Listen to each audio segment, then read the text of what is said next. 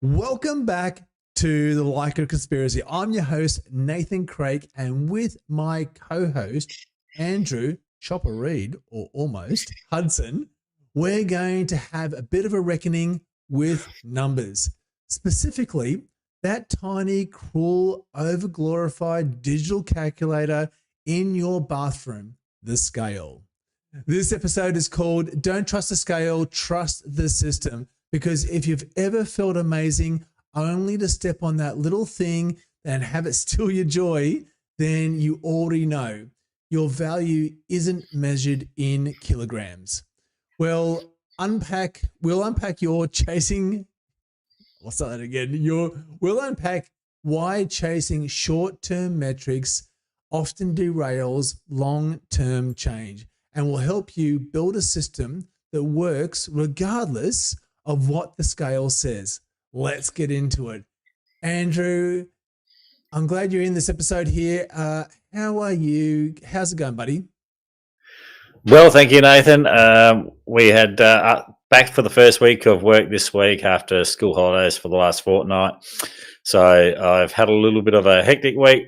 Probably haven't got on the bike as much as I would have liked. Yep.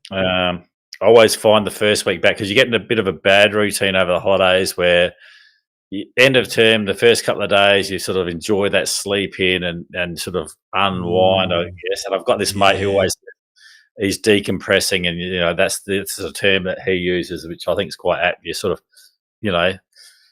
have this big sort of sigh of relief where you can sort of feel that pressure go. So you've had those first couple of days where you're just enjoying the weekend, you're not doing much, it's just good. But then you slip into that little bit of a habit where instead of normally waking up at 6 o'clock, you start waking up at 8 or 9 o'clock for 2 weeks. And then you come back to work and all of a sudden it's like, right, I've got to get the body back going at 6 o'clock. And you're a little bit tired. The work's there. So it's just a bit of a grind the first week. It's hard because you sort of, as you say, you've gotten used to that whole, this is nice. I don't have to get out of bed. There's no reason for me to get out of bed at like 6 a.m. or whatever the case is. And you sort of, I can just roll over, I can just roll over and stretch out, and I'm going to just take it easy, and then I'll get up a bit later. And then, when it comes to, you got to get up out of bed now, it's like, 6 a.m. This is really hard. And I know being in Adelaide, just like it is in Melbourne, it's cold too. It's super cold when you're early in the morning, super cold. Yep. It is. You go outside and you just have the fog coming out of your mouth when you breathe. It's like that cold morning. It's just breathing fog everywhere. Yeah, exactly. You don't want to get out of bed. I do notice though that you did get rid of that beautiful mustache you had. I'm quietly disappointed. For anyone that was listening to us for the last episode, Andrew had trimmed, I guess, manicured the beard down to just this beautiful handlebar mustache that was glorious. It was glorious. I'm jealous of it. And of course, I asked him before we had the show right now, did you take that to school or do you take that to work? And you said no. No, I did take it off, ready for Monday, and then I had a couple of things on during the week where I sort of had to put my leader's hat on and be professional with some of the things I had to do. So, when I need to be in that sort of a zone, I sort of try to actually at least look the part, even if I don't come across being professional. Yeah. So if I'm not having in that space, then I'm quite happy to go around unshaven and look a bit scruffy and whatnot. But if I've actually got to represent, well, then I'll make a bit of an effort and you put some product in my hair and have a shave. Okay. I got you. Yeah. No, I would love to do that with my hair as well, but it's just not going to happen. No, but that would be quite low maintenance for you too. Like that's the good part about it is you could just do nothing and. Well, I do. Before we get into serious discussion, I do get caught out because I can quite easily just clip my hair, and which is fine because I think, oh, great, because if you've got hair and Andrew, you've got an illustrious set of locks on your head. When you go to a hairdresser, it's not cheap. No, No, mate, it's getting worse and worse. Yeah. So how much would you spend on getting your hair trimmed? Oh, worst case scenario, about $70. $70. That's the worst I've done. Yeah. And I'll explain that hairdresser in a minute. And then the best is probably around about 30 to 40 at the moment. I think I'm probably average around that sort of space. Yeah. See, I don't pay anything, but I do cop grief because there are clippings around, by basin in the bathroom. And so I get a little bit of the grief from, the missus about that. But at the same time, it's cheap. I've just got to clip it, and so it's quite easy. Yep. But $70, man. That's yeah. There's a particular hairdresser, and they probably got a chain over in Melbourne, so I won't name them. But you actually get like a alcoholic beverage as part of that service. Okay. Is it worth the $70 though? I still don't think it's worth the $70. Because if you go there in the middle of the day, you're not likely to, because you got to drink the beer there because that's the venue. So you sort of got to try and chug this beer at the same time as like having hair fall into it. And do you know what I mean? So it's a little bit awkward. You got the apron on, you're trying to chug a beer, you're trying to get like, hair coming down. The guy's moving around. He's asking you questions. Your elbow as you're trying to drink the beer. Yeah, it's just not a nice. Hang on. Is it good beer or is it just like VB or some sort of? No, they have a bit of a selection there, so I think you can have like a Corona and if you're into Coronas, or like they have three or four types. Yeah, and they have soft drink there if you want soft drink, and Okay. But it's just like Final question though: if you did order a soft drink, would it be cheaper? No, it's the same. Stick up. Yeah, that's what I mean. Like you're paying for this thing, and it's just like. Tough but for clippers too, like my three-quarters of my haircut is done by clippers, so it's not like this. I shouldn't say there's no skill in that because there's obviously skill in that, but it's not like this is what I do. I can. It's like, man, come on. Yes, it's easy. I know there's a cost of living crisis going on, mate, but fair dinkum, like and the same thing, like the kids could go for a haircut, same as what I get. And then they'll charge them like $20, and then they'll charge me double for that. And it's like, hang on, I've got the same amount of hair as the kids. It's not like they got a job. It's the same job. You can't say one is just suddenly worth more, double than the other one, because I'm like older. It's exactly the reason. It's the whole you're an adult. I'm going to charge you double, and you can't argue about it. It's just the way it is. Yeah, it's like, stitch up. Can't wait for my pensioner. So let's get into this. The scales show weight, not progress, health, effort, or identity. Over-reliance on the single metric distorts reality and undermines consistency. Now, we've been taught that down is good and up is bad. But here's the truth. The scale doesn't know how hard you trained, how long you've slept, or how you heroically ignored cake, or in my case, beer or wine this week. Man, that's the thing, isn't it? It's like, I was talking with someone the other day about this, and Sharon is the same as well. And I'm the same.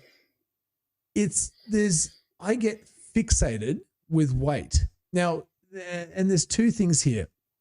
First off, there's the people that think losing weight is a measure of, success. Of getting better, of getting quicker, of getting more, physically capable. Mm-hmm. And then and this is the thing, then there are, the people that go, well, I'm actually trying to put weight on as well. And they're looking at the scales going, well, why aren't I putting weight on? I'm trying to build bulk. I'm trying to, get bigger. Yeah. I'm saying maybe 75 kilos. I want to get to 80 kilos or 85 kilos. And sorry for our American friends, whatever that is in pounds. But, that's the thing. We get fixated on this whole weight scenario, and that kind of drives whether, we're doing a good job or a bad job. Yeah, you're right. That's why I don't look at weight. I don't. No, like I do have bathroom scales, and I weigh myself quite often. Yep. But I don't think I've ever become too hung up on my weight. I always seem, and I could actually probably produce this. So I've got a set of Garmin scales which do your weight and your body mass and your muscle mass, and it's meant to have a whole heap of different things. How accurate it? Wait. So it's scanning a whole bunch of things, not just your weight. Yes. Okay. What is it? What's the scale? Oh, it's a Garmin brand scale. Okay. So Garmin, who make your watches and cycling computers and all that sort of stuff. Okay. So they make this, and I can't think of the name off the top of my head. If I quickly look up the app while I'm yapping on, I might be able to find it. But so I have these scales, and I don't I weigh myself reasonably often in there. Yep. But I'm not driven by that. So it always, they're called an index smart scale, I think. And they measure out a heap of different metrics and stuff like that, which, yes, mine will fluctuate and things, but I'm always within from 92 to 82 kilos. I fluctuate within that space, but not often do I go higher than that unless I'm really unhealthy. Something's going on, Yep, and same as if I go under that is if I'm really doing something the other way. Okay. And so, yes, I don't tend to get caught up too much in what that scale is actually telling me as a metric of my performance. Yeah. Now I've got to say, I do find myself getting fixated on my weight, depending on what's going on. Like you kind of saying, there's periods of times there where I'll weigh myself in the morning, I'll weigh myself at night before we go to bed, and I will sort of draw conclusions about that. And especially so I'll jump on the trainer and do. Oh, speaking of which, I did 30 Ks with the Genie B-Bot this week, which I was actually quite happy about, because that's 3.7 watts per kilo for to hang around with that bot. So I was kind of happy with that. That was a kick in from last week. For those that haven't watched last week's episode, I'll put a link in the description below. We talked about the idea of power and pain transforming, and so we talked about pain caves. And so I took that and I basically applied it and threw myself into Genie. So 3.7. I don't think I've ridden with that bot before.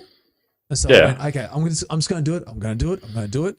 And I got in there and I did 10 Ks with one of the yellow bots, like Maria or something like that, to warm myself up. And then I jumped in with Genie for 30 Ks. And then got it done. I was like, yes, that's good. That's really good.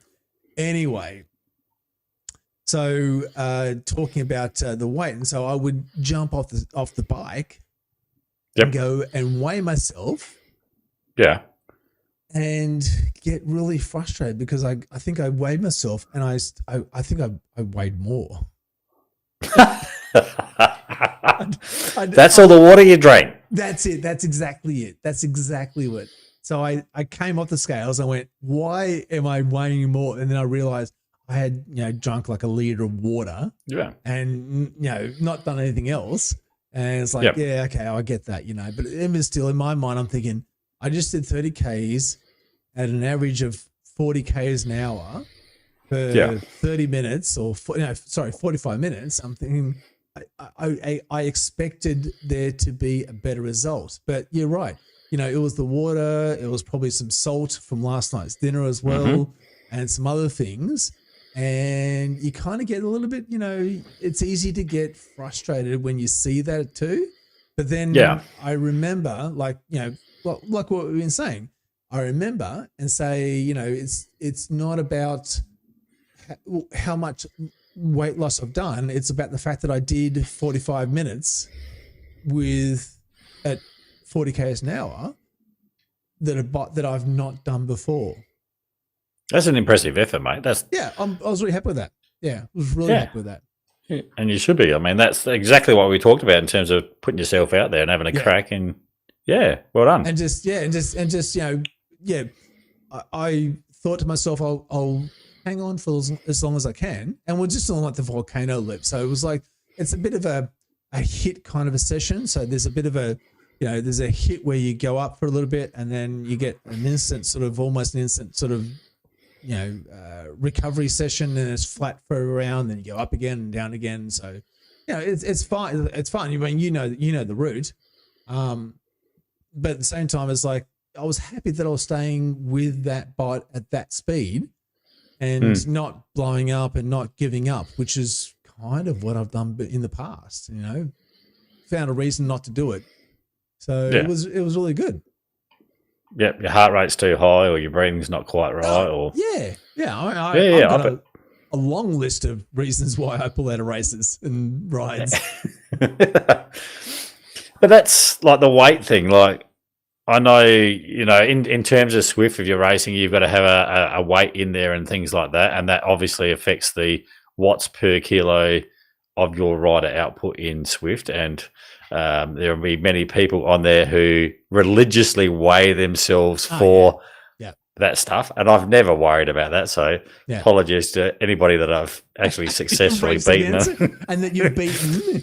Yeah, because I can't be bothered like weighing myself daily before I go for a ride on Zwift, and then entering that data in. So it's not like you win prizes from successfully winning the race. You don't get a gold medal in the post or anything else. There's no sheep stations. There's no sheep stations. And so like, because I know my weight is pretty much that standard, and I could actually produce around that mark. Yeah. Around that mark.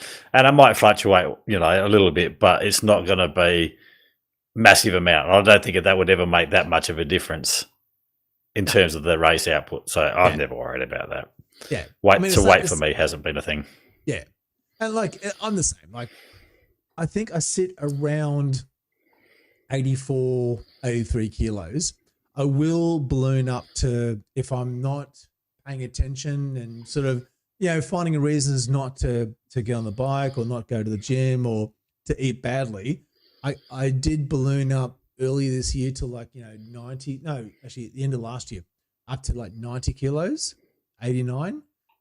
And then got down to like, 82. So I think I'm sitting somewhere around 83, maybe 83 and a half. And then and all we're talking here is like maybe, 300, 400, 500 grams. I mean, you can take that in a bottle of water. And the same today, I got out on the road. It was a really overcast, crappy morning here in Melbourne. And Steve and I got out on the road and we did 70 Ks, and it was the same. I took in water, got back home and weighed myself, and it was like I hadn't changed, just hadn't dropped any weight. And I was like, man, I worked really hard on the road in the wind. It felt like a headwind both ways, and nothing happened, nothing changed. It's like, but that's the thing though. You push yourself, and there's method in the system that you're working on, and that's what Shara and I keep going on about, which is we both feel like there's an inflection point. You get to a point where you keep pushing, and nothing changes. And then all of a sudden, boom, there's this big change. And I've seen it firsthand with Sharon. She was pushing and pushing and pushing with a whole bunch of different weights. And then all of a sudden, boom, there was like this inflection point where she just jumped in terms of what she was doing, how much she was lifting. And then it almost seemed like it was an avalanche, because the next week we'd go back and then she'd bump the same thing up again by another, 2%, 5%, whatever the weight was. And then the next time he came back again, bump it up again, you know, and like when I would ask her how she's feeling, she goes, "Oh, well, I just jumped on the scale and I shouldn't have done that because I actually went up in weight." And I said, "Well, yeah, that's going to happen because, you know, you're taking on protein, you're taking on carbohydrates, you're taking on water." But then I said to her, "Look at what you're doing. Like you started, you know, bench press at 20 kilos and now you're at 30. Yeah. You know, and that's a huge improvement. That's a massive improvement. Yeah, you know, and I think anyone that's doing this needs to remind themselves of that. It's like, you know, sure, you can lose, you know, that fat if you're pushing yourself, but then you can gain muscle. You can, and that muscle doesn't necessarily, it's not going to help you on the scales because muscle is going to weigh more than fat. Oh, now, I've just actually Googled that because I used to think the same thing, that muscle was heavier than fat. And we may have a listener here who can prove me wrong. But I Googled that because I wanted to make sure they had this right before if it came up in conversation tonight. And I'm wrong in saying that, am I? Apparently. So muscle does not weigh more than a fat. A pound of muscle weighs the same as a pound of fat. Okay. But muscle is denser than fat. So it would take less room, less space on your body. So gotcha. So you're going to feel tighter. Yes. And for the same weight, when you look in the mirror, it'll look less. You're going to look amazing. Yes. So muscle is denser than fat, meaning it takes up less space for the same weight. A pound of muscle will appear more compact and toned, while a pound of fat will appear bulkier and softer. Gotcha. There we go. That's so the scales would say that you would still say weigh the same, but your physical appearance for somebody looking at you, you would look leaner than somebody with less muscle, even though kilogram for kilogram or pound for pound, you are weighing the same. Scale, yeah. Correct. You're going to look the same. You're going to still be 85 kilos. Yes. But the proportions have moved around. Yes. So they're not hanging around your belly.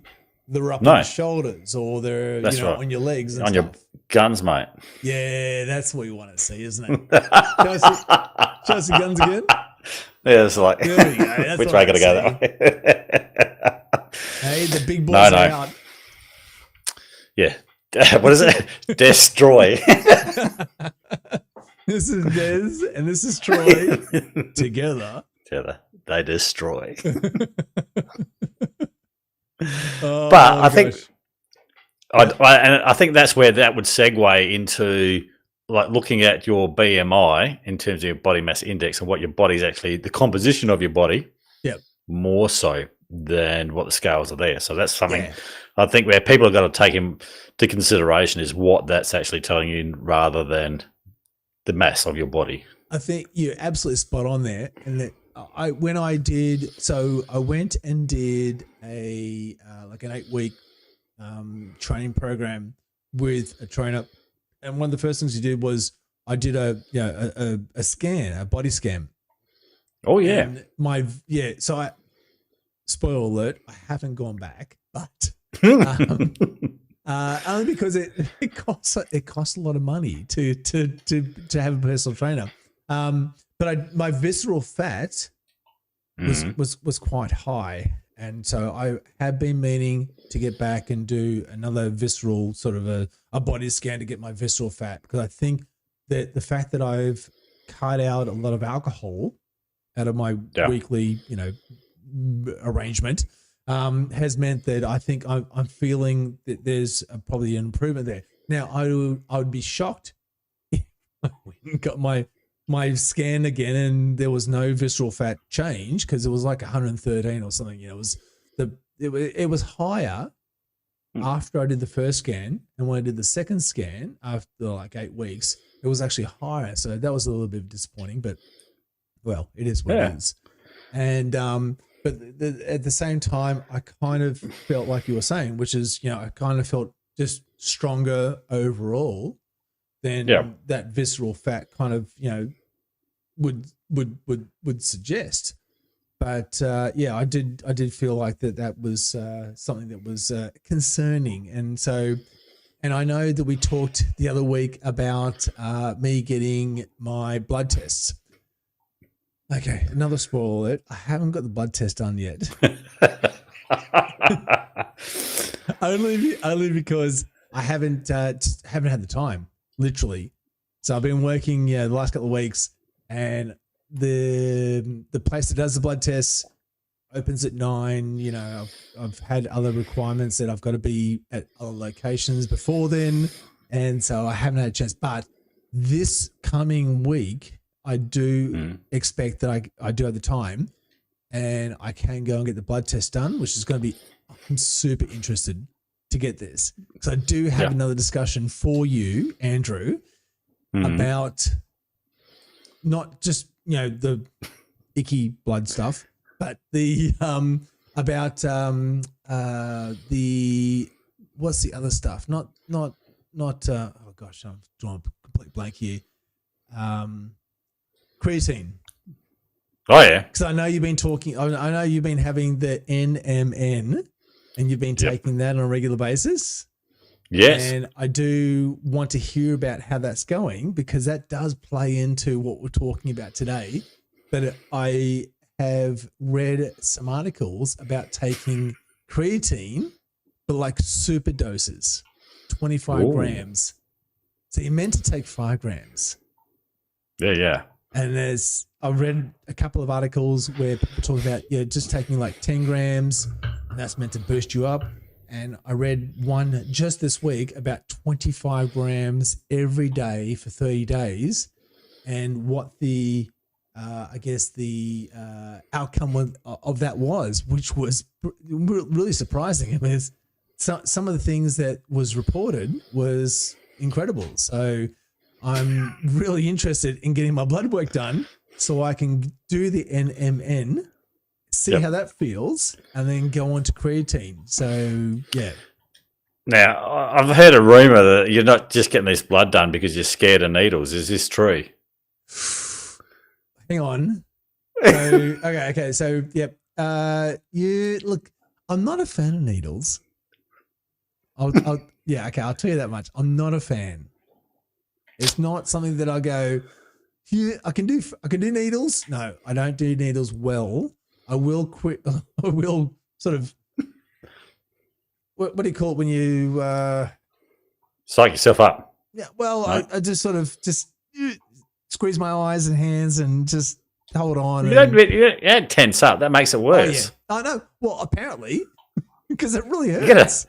You gotta stay loose, mate. You stay loose and relax, and it's loose. Loose as a goose. You gotta wiggle your arm, and just see the loosey. Yeah, you gotta stay loose, relaxed. Yeah. You tense it up, and that's where it's worse, I think. When it works, yeah, okay. All right. So just look that way, and just say, don't tell me when you got to do it. Just like Except for the fact that when there's a big sharp needle going in my arm. Yeah. Yeah. Okay. Gotcha. I'll write that down. Now they're also open on the weekends, aren't they, mate? No, that's one. I think just for everyone who doesn't know, I am telling you that they're not open the weekends. Oh, I'm reading their comments, and I'm seeing a different story here, buddy. Well, it's not so much that they're on the weekends. It's that I'm riding on the weekends, or I'm going to the gym on the weekends, and so. But this coming Thursday, Wednesday, I've got some time off. I'm going to go and get the blood work done, and I'm going to report back. And I've also got to get the poop work done as well. Oh yeah, I should look at that myself. Yeah. Have you done that yet? Now, if you rode to the clinic and rode hard to the clinic, you'd be all vascular. They'd be able to find the veins a lot easier. Oh no! From the gym, I'm very vascular. Well, there you go. You go from there to there, and the veins will just be popping out, mate. They won't have a problem finding my veins. My veins are just amazingly big. Oh, there you go. I would show you, but I got a jumper on, so I can't really. Yeah, show and it's you. cold. I know. I get that. Yeah. Not that vain. No, I know. No, that's for another day's episode. Yeah, I was going to say that wasn't this. Well, we're talking about this episode. No, we got to do those before and after photos later. Oh wait, what? Wait, what? All right, so let's do some jokes. Hey, imagine if Zwift told you how lazy you looked instead of how far you went. Now, that's a good point because I worked really hard today. We did a ride down Beach Road here in Melbourne. So from basically Port Melbourne, for those that know Melbourne and Victoria in Australia, from Port Melbourne down to Mordialloc and then back again. And seriously, the weather was horrendous. Well, it wasn't horrendous. I mean, it wasn't raining, but it had been wet. And so there's, all the water coming off the road, but it felt like there was a headwind each way. And so that was like, oh my God, it doesn't matter where you are in the pack or if you're by yourself, and it feels like you're riding uphill each time. It's like, oh my God. Yeah. It's not nice. No. You get a lot of, you wouldn't get a lot of headwind around your place, would you? Because you got those beautiful Adelaide hills. No, we still get a bit of wind. Yeah? Yeah. And same thing, like I went out with my mate a couple of weekends to go down to the bakery, because that's what you do, is you ride to a bakery so you can put on what you've just burnt off riding to the bakery. But that's the good thing. That's the only reason why I do it. I mean, I do it because, get to ride with a mate and we get to have coffee and muffins. Well, he had a muffin. And it was, I'm not a, he can have the muffin. But we had a cranking tailwind on the way down. Oh, yeah. Yeah, which is lovely. But then the downside of that is obviously it's you got to come rubbish back on the way home. Yeah. Yeah. And it's okay though. If you're in a group, how many were there in the group? 2. Yeah. Oh, it's just you and someone else. Just me and mate. So yeah. There's no hiding. Yeah. So were you taking turns, or was there someone on the front all the time? No. Sometimes I'd be on the front if we went down the hill. Yeah. And if we're going up the hill, he'd be on the front. That's the way it should be too. It should be. He's probably got about I don't know exactly, but I reckon he'd probably have a good 15 kilo weight advantage over me. Okay.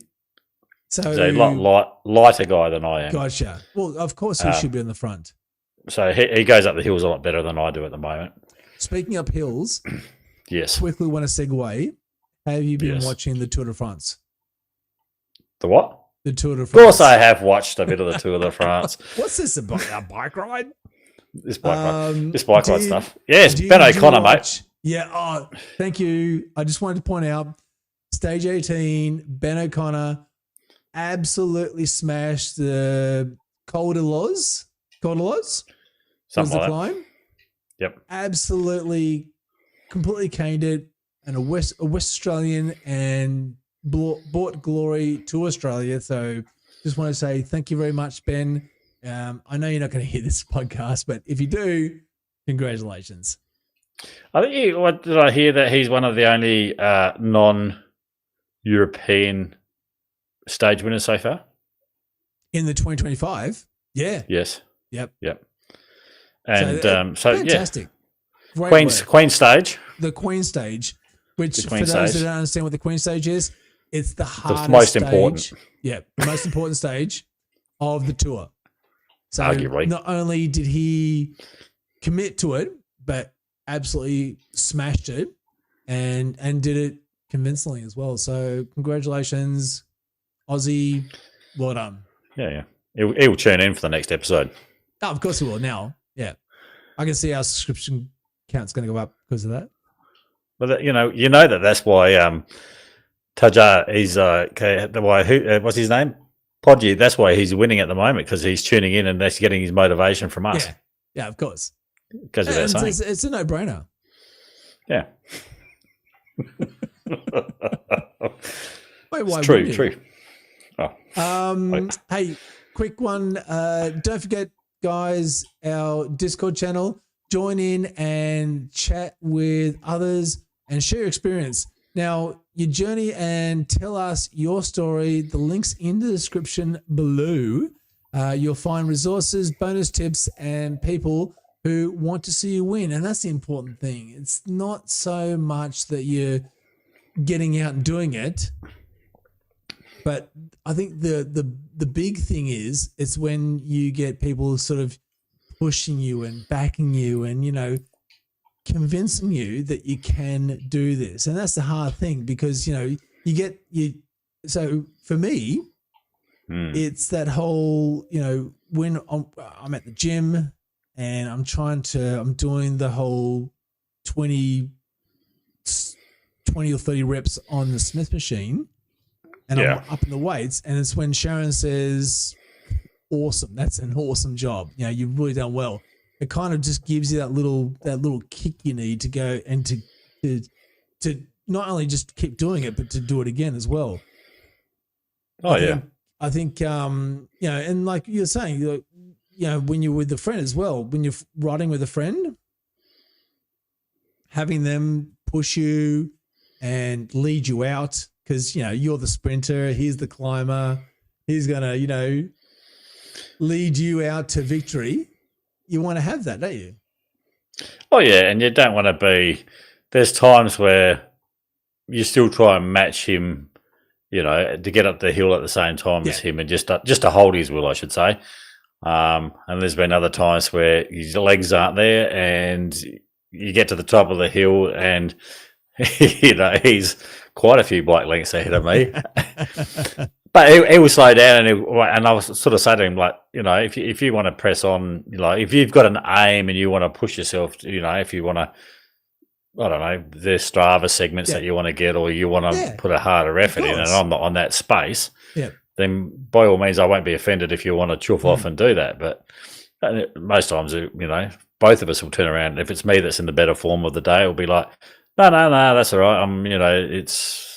Sometimes for me, it's more of that social aspect in terms of having that, which I've talked about before, but having that mental release and talk, you know, to be able to deburden yourself from things at work or life or whatever else. Or, you know, I think that's a good thing, that to have those conversations between a mate, that you can sometimes talk about things that you might not necessarily talk about with. So, yeah, we sort of, it's more for us, it's more of that social side of things, I guess. Yeah. Now I've got a question for you, because you've said this. When you are out riding and there is a segment, so if you're not feeling up to the task, but you got, like, you know, a friend or a couple of friends with you, what is the etiquette? And I'm not only asking Andrew this, but I want people to comment. What is the etiquette there? So if there's a segment coming up, it might be a kick on a climb, or it might be like a sprint segment before a turnaround point or something like that. What's the etiquette? Do you go with your friend because he's not feeling, you know, up to the challenge, or do you drop the friend and go for the segment and then sort of catch up later on? I mean, I'm not sure. For me, it's you go for the segment and you catch up later on, or I don't know. Some people might feel differently about that. Yeah, we've got a little on this climb back that we come on the ride back from this bakery that we do. So there's a little punchy climb there. It's not very long, but it's quite steep, and it's like, I don't know. It's just a nice one. It's probably only like a 30-second effort, if that, but like a tough little hit. And there'll be times on there where I'll sort of say, like, you know, that's coming up, but now's the time to go, you know, and we'll make a conscious effort. Like, I'll try and G him up to go for it as well, like egg each other on, and we'll sort of punch it at. And there'll be other times where, yes, I'll just belt it and then pull up once I get to the top. Then I just back right off and wait for him to catch up. And he won't be far behind me, because he's better, you know, he's a good climber as well. And And then we just sort of ride off again. Like most times, I'm probably just dying and trying to get my heart rate back down again. So it works out quite nicely. So I don't know. I think I normally, if I'm going to do an effort on a Strava segment or something on a target, I'll give them a heads up prior to that. Yeah, okay. If we're going for a ride somewhere, I might say, hey, listen, there's a segment here. I'm going to really go for that. Yeah. And they go, oh yeah, no dramas. We'll catch up at the end of that segment or whatever, and you just sort of pull up and ease up there and catch up again. So my biggest peeve is sorry. No, go ahead. I said my biggest peeve is like people that don't wave to you. What? As in? I'm a very social rider, so I'll wave to everybody. Yeah, okay. Everyone coming past, just give them a wave. Yeah. Morning, how you going? You know, nice day, whatever. Well, hang on. Or something, I'll stop you there. So if you're passing a group of riders, yep. Are you going to wave to them as you go past and say, hey, morning? Yeah. Okay. Give it. If there's about 50 in there, probably not. I'll give them that. But if there's like, I don't know, half a dozen, then I'll sort of wave to the group and whatever else. Yeah. Oh, that's so nice of you. Oh, I'm a nice guy. But there's not sometimes we get lots of people who will do the same back. You get the smile, the wave, whatever back. Hi. And it's just a little signal on the handlebars, finger up or whatever. And little nod. It's just a sort of knowledge of like that you're both out there in the cold and the shit weather, or both, you're both suffering. Having a bit. Yeah. It's just like a little acknowledgement thing. Yeah. But people just, I don't know, they're not very social like that. Oh, some people are. Some people aren't. I mean, some are, but I think it should be more. I think there should be. I think you're right. I think that should be something that we should actively encourage, which is even if it's like just a little handshake as you go past, or a little nod of the helmet as you go past. Yeah. I mean, I think that I'd love to know. They should have a in Zwift. I know this is right off topic, but in Zwift they should have a badge for like people that give out ride-ons. Ooh, okay. That's so you get a badge if you're like popular like Gen Z or whatever. If you get 100 ride-ons within a game, but they should encourage you to be giving ride-ons out to people who are doing like your FTP test or finished your workout. Or I see. Do you get what I mean? Taking like what they do in Zwift, and transferring that into real life. Yeah, why not encourage people around the Zwift? You're on a winner here. I should suggest that to Eric Min. Yeah, well, to the guys that run Strava. Well, that too. Could be a winner around. Like Eric for the badges in Zwift. Yeah. Hang on, wait. So when how does that work in Zwift then? Well, you only get a badge in Zwift. So you get a badge if you climb or you get a whatever. You know what I'm talking about, don't you? Yeah. Yeah. So you get badges if you receive ride-ons, but you don't get badges for giving. Wait, so you want a badge in Zwift if you've given like 100 ride-ons? Yes. Oh, gotcha. Okay. I was thinking that you were talking about that in real life. Well, you could do that too, but I don't know how you do that. Yeah, that's what I was wondering. I'd have to go around with pockets full of like blue thumbs just to hand it out to random riders or something. Just throwing them out as I'm going past them. Pull up at the coffee shop and go, "Hey, here you go, buddy," and just start laying them out. You're doing a good job. I've thought of that once before, but it would be like you'd be embarrassed because if you stuck that down on the coffee table, they weren't a Zwift or didn't know what the hell you're on about. You'd just look like an idiot. What the fuck is this guy talking about? That's right. But if they were a Zwift, it would be awesome because you'd be like, "Oh, thanks." And then they would just put it in their back pocket. And then they just leave it on the table and ride off. Crazy guy. He's a lunatic. All right. Let's get into this. So digress. Goals are directions. Systems are execution. Trusting a system means staying the course regardless of daily feedback. Now, here's the thing. What we often try and I know what I fail at, which is you have a system, but then I get dismantled because the scales don't match up to what I think is going on. Now, it's not just for losing weight. As someone that for the last 6 months has been actively working at the gym to build weight, I get this now. I'm in, what would you call it, Andrew? This dichotomy, this complex issue where I want to lose weight because I want to cycle better, but then I want to gain weight because I want to lift. I want to look better. Basically, that's the reason why I want to do it. But so then I get this issue where I look at the scales and I'm gaining weight and I think, oh, that's good, but then I think, oh, that's not good because I want to be able to suck on pills. Yeah. But then I lose weight. I think, oh, great, I'll be better when I race. But then I'm thinking I'm doing all this work to build muscle, and it's not, it's not reflective in what I'm doing.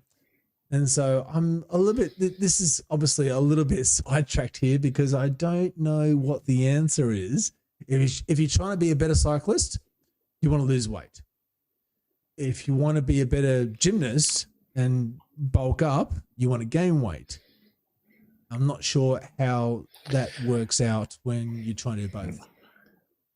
Oh, yeah. Or you could just do, like, if you want to have more muscle definition, then I think it's just not so much putting the muscle on, it's maybe just lowering the percentage of fat that you've got. Yeah, yeah. I think that's ultimately it.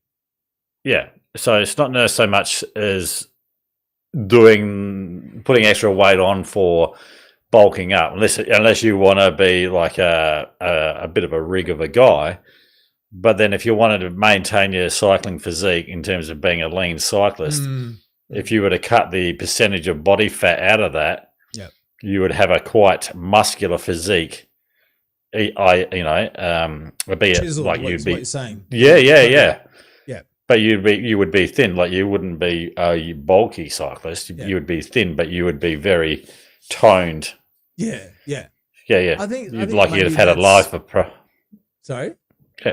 Like you've had a life of Pilates or something. Yeah. Is Pilates the way? I don't know. I didn't get to go to my holiday thing. You didn't do it? No, they didn't offer. I got stood up. Yeah. Well, you can still do it though, can't you? Yeah. I suppose I could still do it. I could actually, schedule a class myself and just tootle off and do one.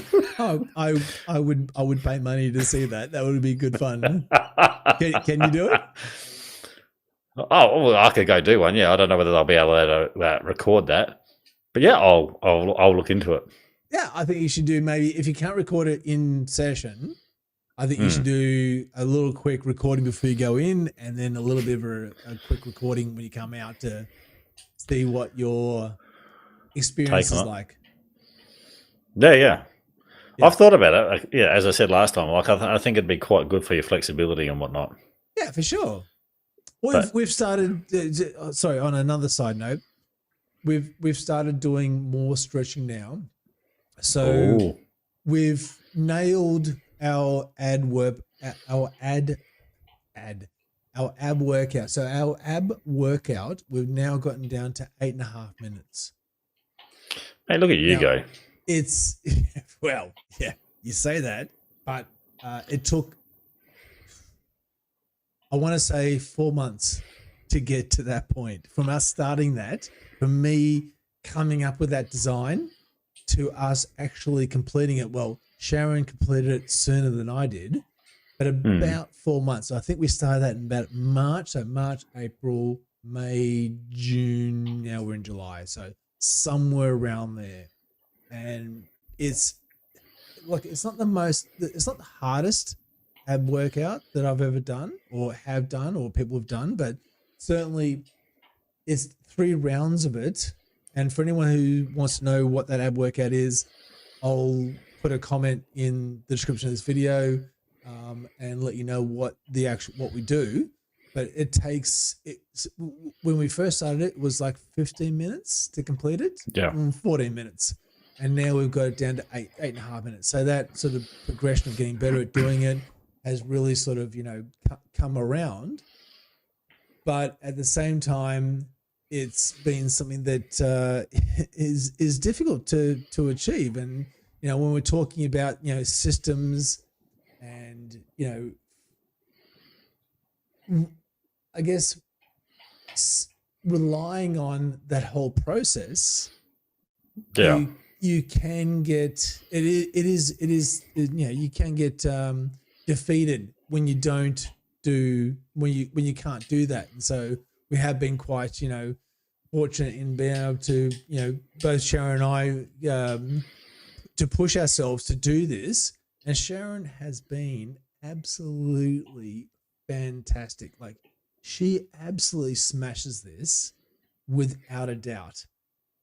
I kind of get a little bit frustrated because she does it so well. I can't do it as well as she can do it. So jealousy's a curse, mate. Well, or it's what do you call it when it's a good thing? Is there a good thing about that? Envy. Yeah, that's it. Envy. Yeah, people like to be envied, don't they? Oh yeah. Envious. I'm envious of. I envy you because you got this amazing head of hair, and I don't. Now, speaking of systems, though, you've obviously got your system where you do your gym on certain days and you're riding on certain days. Is that your routine? Like, your system is that routine of doing those particular activities on those particular days? It's really helped. So we've locked in for us for reasons, but we've locked in Monday is gym night. Mm-hmm. All right. And then Tuesday is usually race night for me, or it's, I'm riding. Wednesdays, again, back to the gym again. So we do our second set of, we've got 2 sets of stuff we do at the gym, second set at the gym. And then again, Thursday is ride night. So riding. Friday is rest day.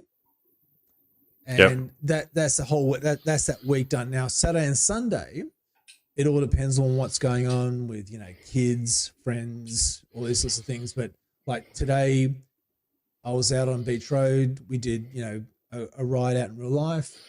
And I managed to get like a half a session in the gym.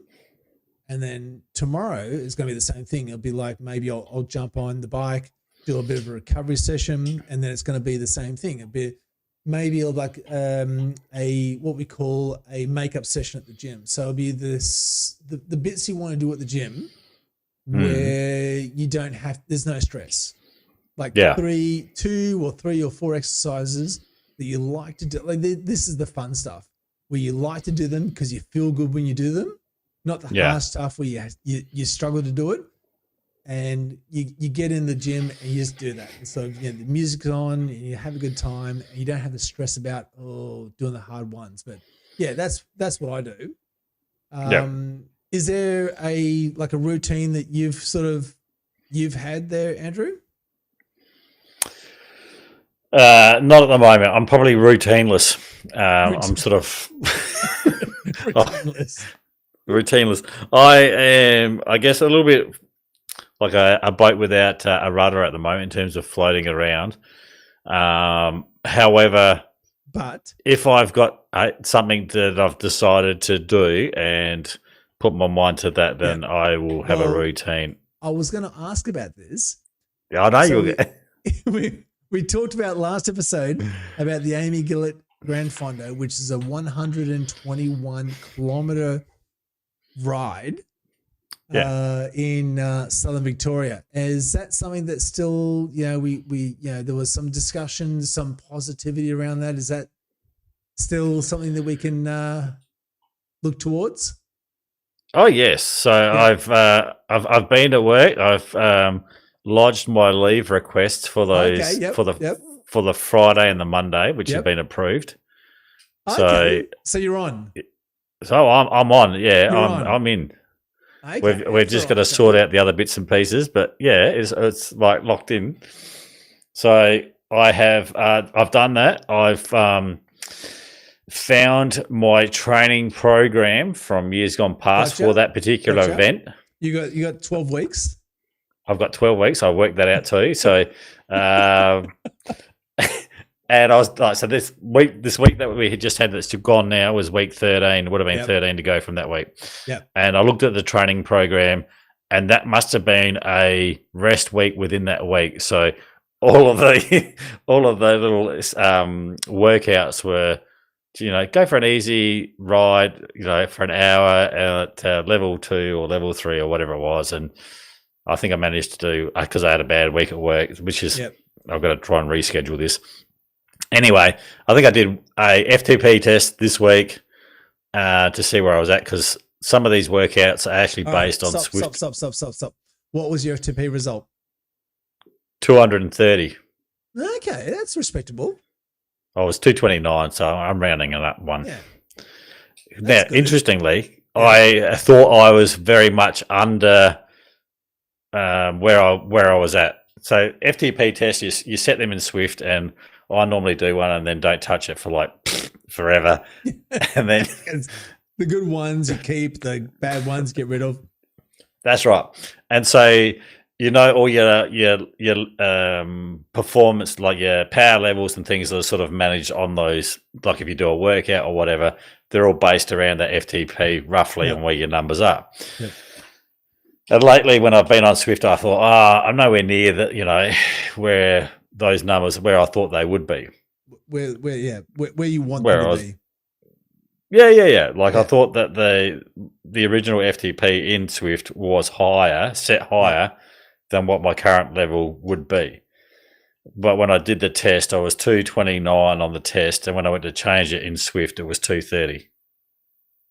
So it was like, that's same. Right. It was all right, yeah. That's still decent. Oh, it's decent considering I haven't done bugger all on the bike. It's hanging in there. It's really good considering how I haven't done anything to improve it. That's right. Well, I mean, if you looked at my... But quickly, talk me through, how was the FTP test? Like, how did it feel? Oh, the first 5 minutes felt really good. So it was a ramp test. It was. I did the ramp test, and okay, I couldn't be bothered doing the whole shebang, so I just did the ramp test, and I got to about, because it says you're meant to stay seated, and it gives you all the instructions to do, and went through all the instructions, and I got to about 300 watts, but like in your 300 watts, because it's like an average thing, that it's like your best performance up to that. And I knew I was getting close because my cadence was going like from about 95 at the beginning, and you could just see it's going like, into the 80s, into the high 70s, into the mid 70s, just getting low. And so it's just that real grind. Yeah. And so, I pulled the pin, and it said, I think you've got like a certain amount of time whether you want to keep going. So like if you stop, it says, do you want to keep going? And you got like 10 seconds to make up your mind whether you think you've got any more juice in the tank or whether you pull the pin. Yeah. And I just went, nah, that's it. I'm out. So, and it wasn't bad for where it ended up. So, no, that was all right. Awesome. So I did the ramp test. Yeah, I was going to say, it would be awesome when after you do the Grand Fondo in October, do another ramp test. Yes. And see where you're at. Well, that's yes. So I've got for you to be able to look at. I've put it into this week's workout that I've got coming up. Yep. It's in our episode. What are we? 7 folder in the directory there, so you can view this. But there's like Zwift workouts that this guy has made up that are aligned to this. So each day I'll have a certain thing. So it might be, Monday will be this, Tuesday will be this, Wednesday will be this, and so on and so forth. And then you try and do that. So that'll be so people that are listening to us can follow along with your workout, is what you're saying? Well, potentially they could. I don't know what the copyright issues are around this, but I could certainly. Damn it. No, I could show what I'm doing, and then people you could quite follow it. They could quite easily work out where those zones are within the workout. Yeah, if you, gotcha. You know what I mean, yeah. Yeah. That'd be good. So, yes. The link will be in the description below. So, check it out. Check it out. So that's the goal. So I've got 12 weeks. Mentally, I'm in a good space for that because like doing the climbs on Zwift. Yep. To sit there and do, I don't know, the Coldy Madeline or whatever Madeline? it was. Yep. And featured in the Tour de France? It has, that race over in France somewhere. To be able to sit there on a bike, do an hour and a half on climbing, and it's just a solid climb, and you're doing 1,000 meters or whatever, then I know that the Gran Fondo race is about 2,000 meters of climbing all up for the day. So you won't have 1,000 meter climbing in one hit or 2,000 in one thing.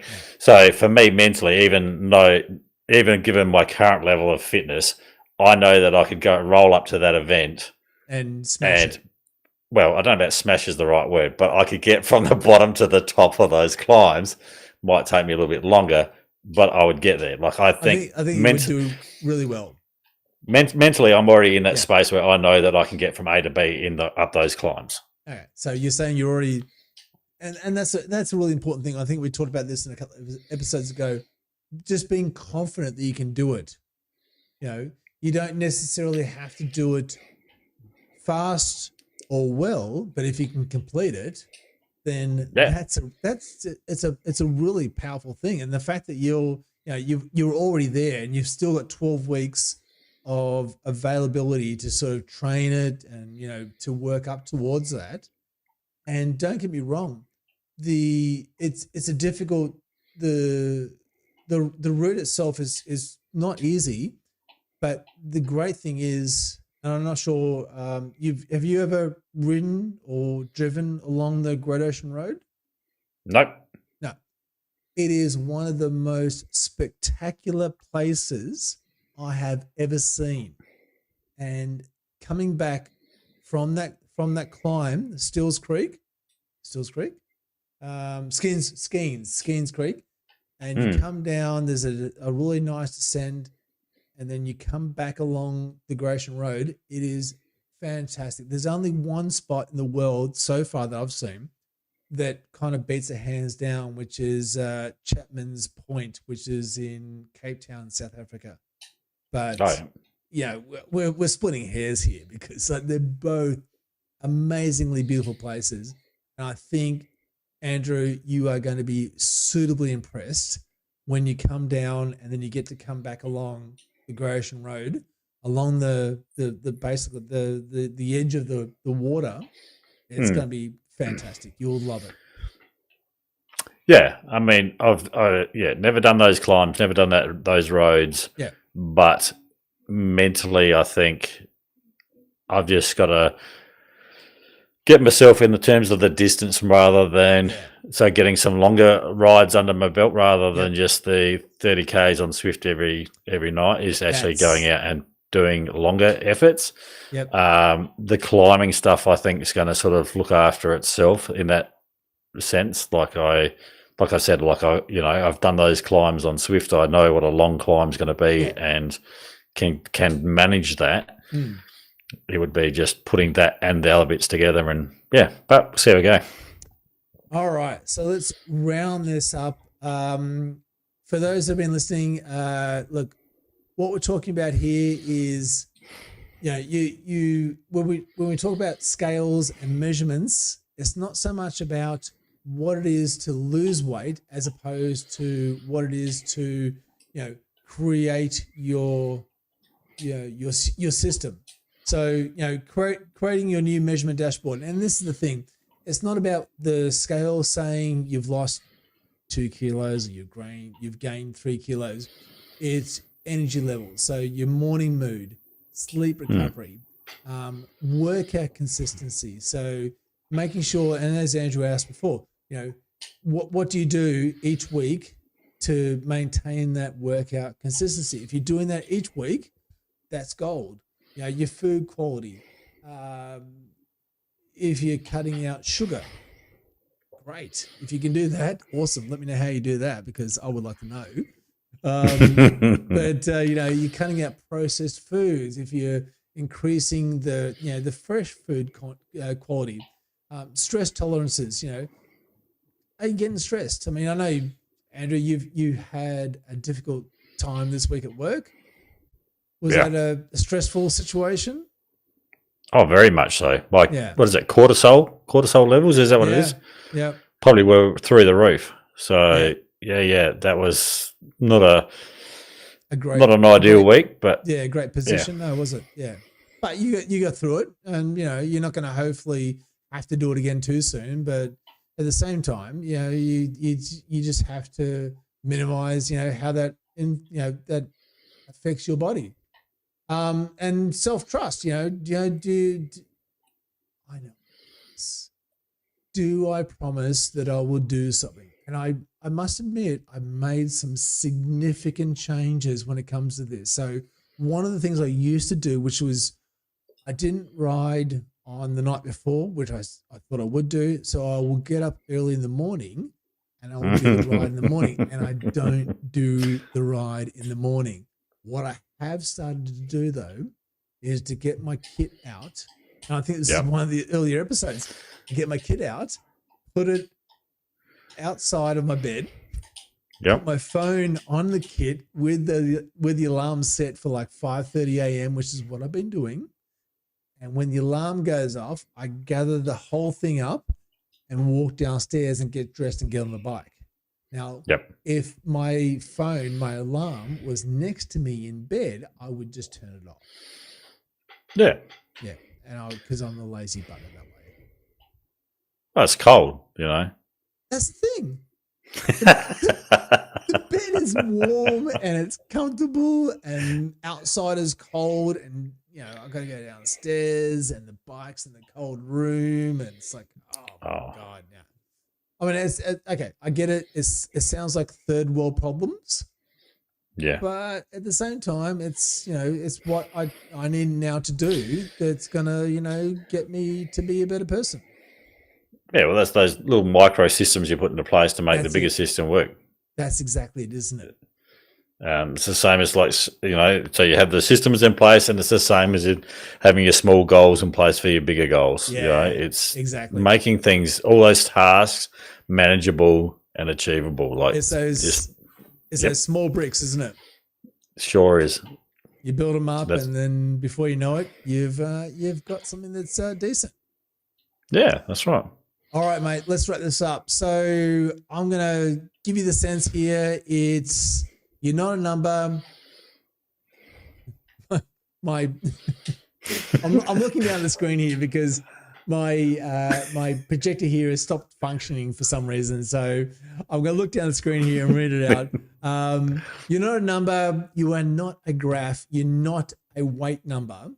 You are a system in motion, and the only thing that matters is whether that system runs today. So that's what you got to remember. The scale can't see your effort. That's a big thing. I'm going to repeat that. The scale can't see your effort. It can't see that you get up at 5:30 a.m.